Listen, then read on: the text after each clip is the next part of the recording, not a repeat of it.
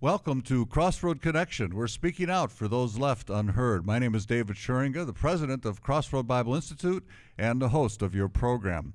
I have in the studio with me today Dr. Jacqueline Doyon, who is a professor at Grand Valley State University in the Criminal Justice Department.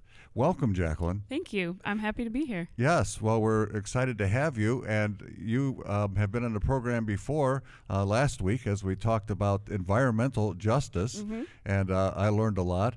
But this week I want to talk about juvenile justice. Okay. And so that's something that I think is increasingly on people's minds, and it's great to have a professor here to instruct us in this matter. I'll do my best. Right. One of the things that struck me is that when we talk about how many people are in prison, like they'll say 2.2 million people in prisons and jails in our country, but that doesn't include the juveniles. Correct. What's with that? Because we have 300,000 or 400,000, maybe 500,000 juveniles in detention centers? Roughly, yes. And that goes for not just detention centers, but also just under the purview of the juvenile justice system. So individuals who may be on some form of probation or other type of community corrections. And why are they not counted among the prisoner population?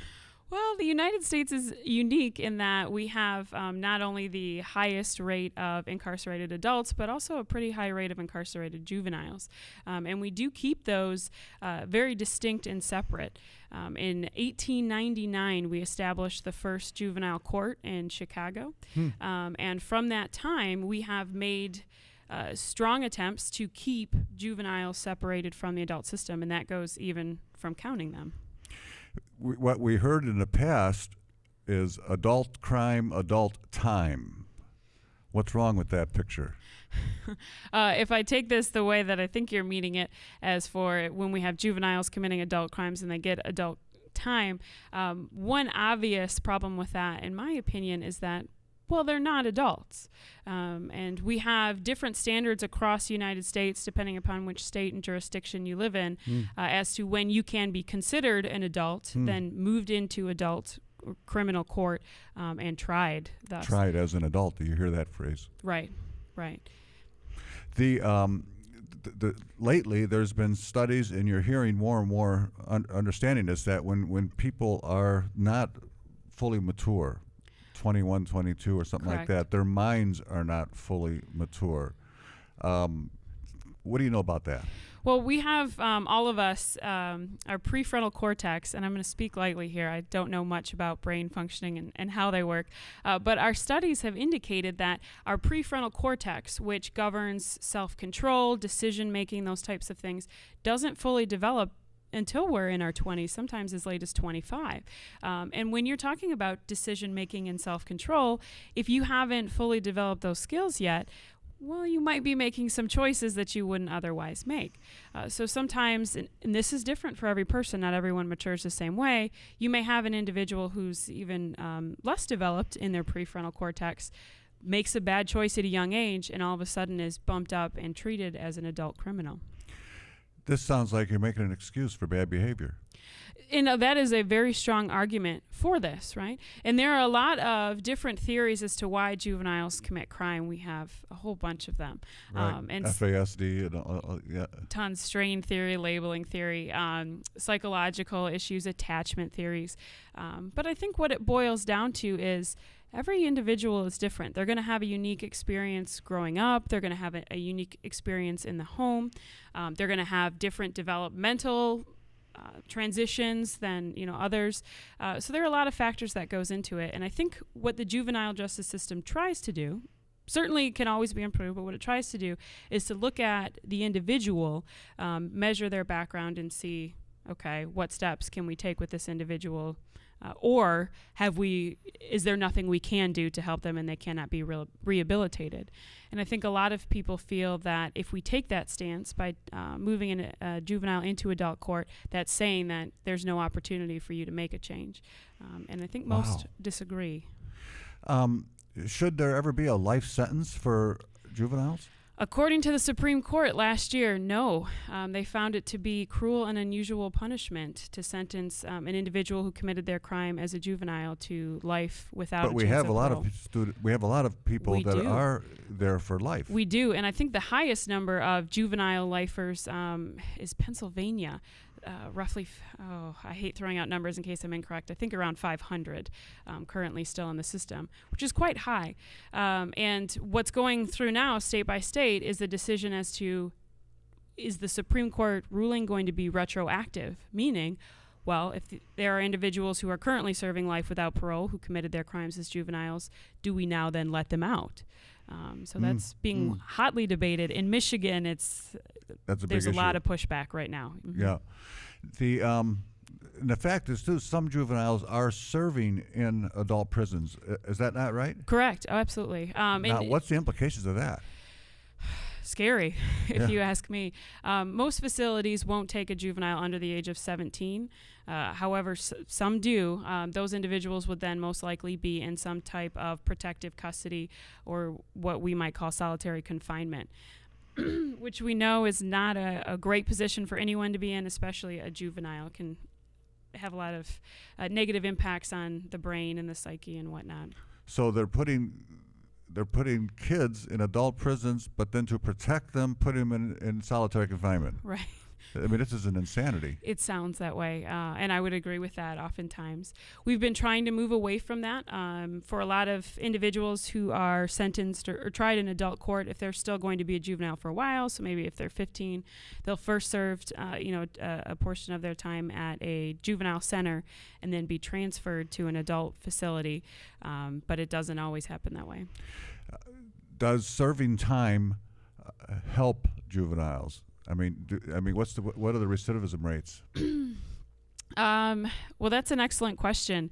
I can't quote any specific statistics regarding juvenile recidivism of individuals who've been transferred into adult court. I know some studies exist, but what generally happens is if you've been sentenced as a juvenile and now you've been sentenced as an adult for when you were a juvenile and you've been moved into an adult prison, when you're released eventually for parole or what have you, your recidivism is just going to count with adult recidivism. Oh, sure. I know there are some studies that have followed and separated those individuals out, but I can't quote any statistics there. Alternative sentencing. What kind of alternative sentencing attempts have there been for juveniles rather than just put them into the detention center? We have a lot of different programs now. One that's being used with both juveniles and adults that's carrying a little bit of weight and is actually even will be used here in Grand Rapids is restorative justice, which is the idea that we're going to acknowledge the harm that the individual's committed, and oftentimes that means the victim or the victim's families or other community members who may have been impacted by that crime will come in, meet with the offender, explain the harms, and then the offender can explain themselves, and they have kind of a meeting, and this may happen more than once. But it's a way that we can kind of repair the damage and then reintegrate that individual back into the community, make them feel like they're still included as opposed to feeling like an other. Any evidence that restorative justice techniques may be more effective with kids? There are some studies that suggest that, and again, that could That's go what I'm wondering, right. to the prefrontal cortex, self-development. It can also go to, we know that we're a lot more, we're still developing, and that means not just our brains, but also our personalities and our behaviors when we're in that age group. So feeling like you're included is very important at that age. Sure. Especially because a lot of times there's been lapses there with the family development, right? Absolutely. And that is definitely one of the primary indicators of delinquency is not having a stable family situation. Right.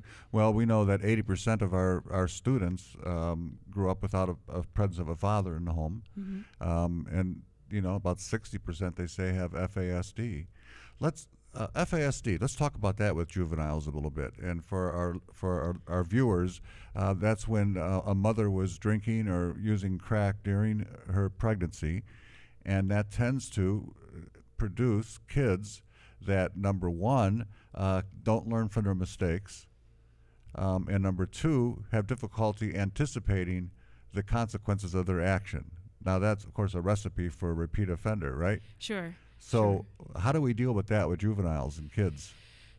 That's a great question. And there are, I think, a lot of attempts through programming to do this. So, for example, within juvenile facilities, as well as in community corrections type of situations. So maybe if an individual's on probation and they're coming in, they may be coming in once a week to go to an anger management class. They may be coming in to go to more of a life skills class.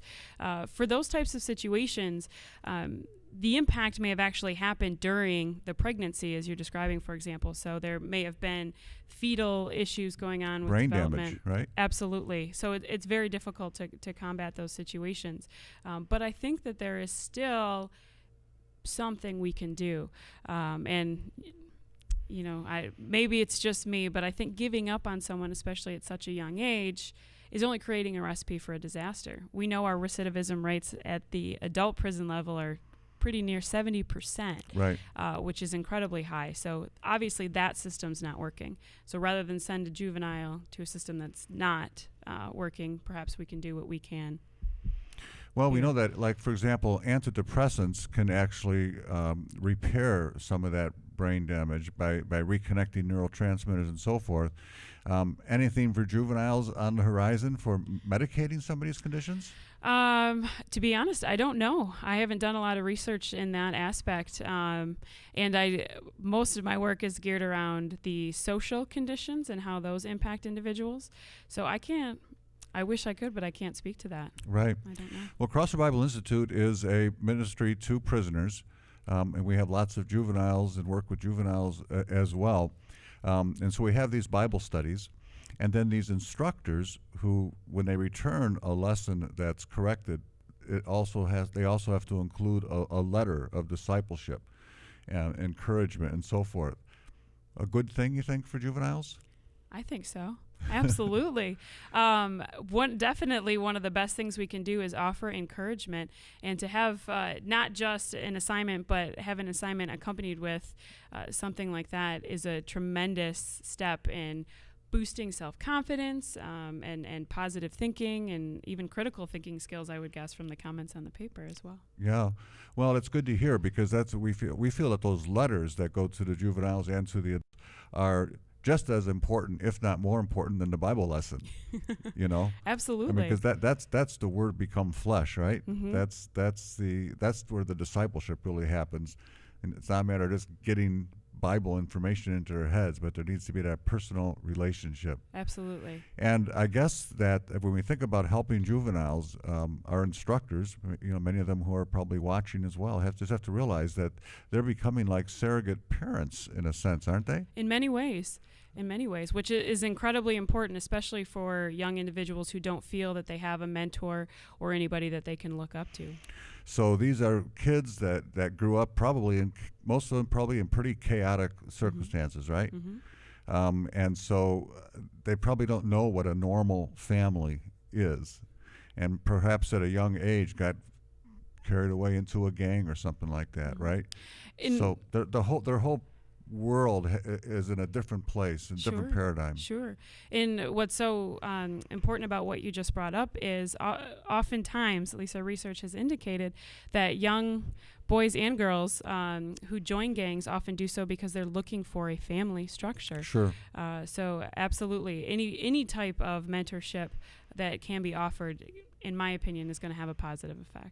Yes, well, this has been very enlightening. We really appreciate your being on the program with us again and talking about an extremely important issue. And it's a hot one today in our country as we're talking about, especially, now you're hearing a whole different discussion. Like I said earlier, it was at one time, if you do adult crime, you're going to do adult time. But now they're saying, whoa, wait a minute, these are not adults, as you said. That's precisely the point. And we need to be sensitive to what is the best way to treat them or to correct them. Just finally, also, what would be the best way to handle kids in a retributive, payback way or restorative, corrective way? I would argue for a restorative, corrective way. The payback actually just probably makes them worse. We've actually seen that a little bit. They get angry. Yes. Yeah. And they feel left out of society. It has a lot to do with forming bonds with your community. If you don't feel like you're a part of that community, what's going to prevent you from harming that community? That can be in a variety of different ways. Well, that's the message I'm trying to get out, that yes, we need to punish crime and wrongdoing, but we need to learn to do that not in a retributive way, Correct. but in a restorative way. I mean, after all, our prisons were called reformatories and correctional, not payback facilities, right? Absolutely. You know, and I'm one who believes that Christ's death on the cross took care of all the payback. The payback should be behind us. Should be covered. And so we're dealing with these kids, and even our own kids I talk about, parents should have restorative discipline, not payback discipline. I agree completely. Big difference, right? Huge difference. All right. Agreed. Jacqueline, thank you so much for being with us. And thank you. We've been talking with Dr. Jacqueline Doyon, who's a professor of criminology at Grand Valley State University. And we're hope that we'll see you again right here next week.